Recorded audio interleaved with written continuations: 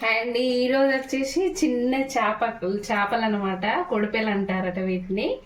ఈ చిన్న కొడిపెలతోటి నేను కర్రీ చేస్తాను. ఏ విధంగా చూసేయండి. ఇవైతే ఉల్లిపాయ, పచ్చిమిర్చి, కరివేపాకు, కొత్తిమీర ఇవన్నీ ప్రిపేర్ చేసుకున్నాను. మరి ఇప్పుడు ఏ విధంగా చూసేయండి. దీనికి కావాల్సినటువంటిది మసాలా రెడీ చేస్తా. మరి ముందుగా అయితే లవంగాలు, జీలకర్ర, మెంతులు, ధనియాలు, ఇవి కొంచెం వేగినాయి కాబట్టి ఇందులోనే ఉల్లిపాయ కూడా వేపుకోవాలి రెడ్గా.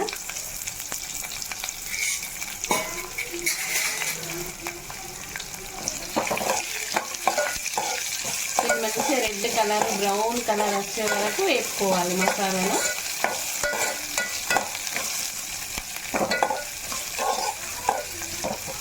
చూడండి, ఇట్లా మంచిగా బ్రౌన్ కలర్ వరకు అయితే వేగాలి.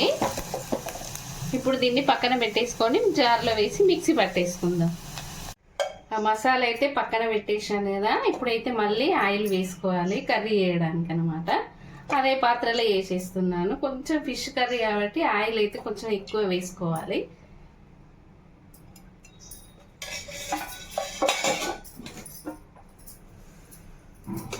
ముందుగా జీలకర్ర,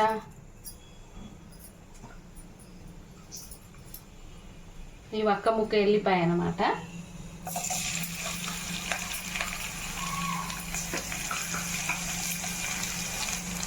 నెక్స్ట్ వచ్చేసి మిర్చి అయితే ఇట్లా కోసి కడిగేసిన చూడండి మధ్యలకు.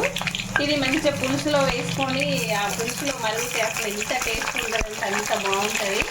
మిర్చి తీసుకొని తినొచ్చు. ఫిష్ కంటే మంచిగా మిర్చే ఉంటుంది. కరివేపాకు, ఉల్లిపాయ ఇవన్నీ ఇందులో వేసేసి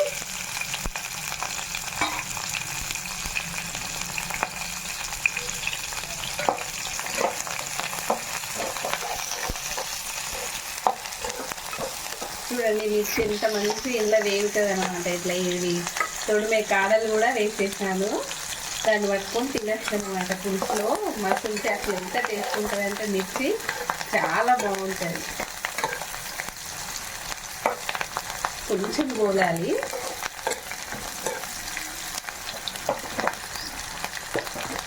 వచ్చేసి పసుపు కూడా వేసుకోవాలి.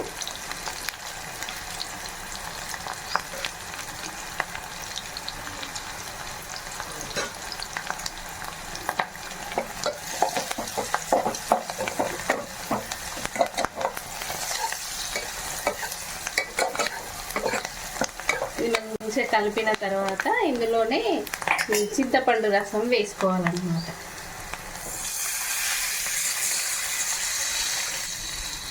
ఈ రసం కొంచెం మసలేసరికి మసాలా పట్టేసుకుందాము. మసాలా రెడీ అయిన తర్వాత పులుసు మసులుతుంటే ఫిష్ ముక్కలు అయితే వేసేసుకుందాం. మీనైతే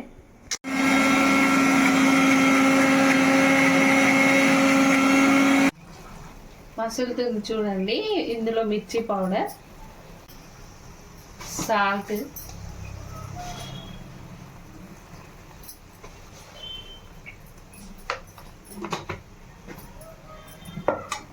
ఇప్పుడు పట్టినటువంటి మసాలా కూడా ఇందులో వేసేస్తా.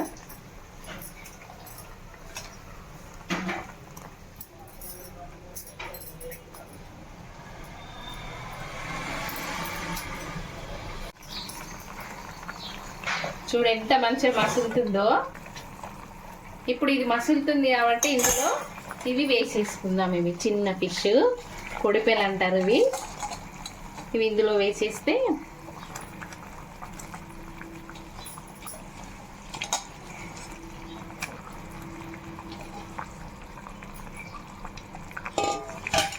కొత్తిమీర కూడా వేసేస్తా. కొంచెం చిన్న మంట మీద మసలనివ్వాలి. మంచిగా ఉడుకుతాయి అన్నమాట. ఎక్కువ కలపొద్దు అనమాట. కలిపితే అవి చిన్న చిన్న అయిపోతాయని ఈ పులుసు మసలేటప్పుడు వేసుకోవాలి.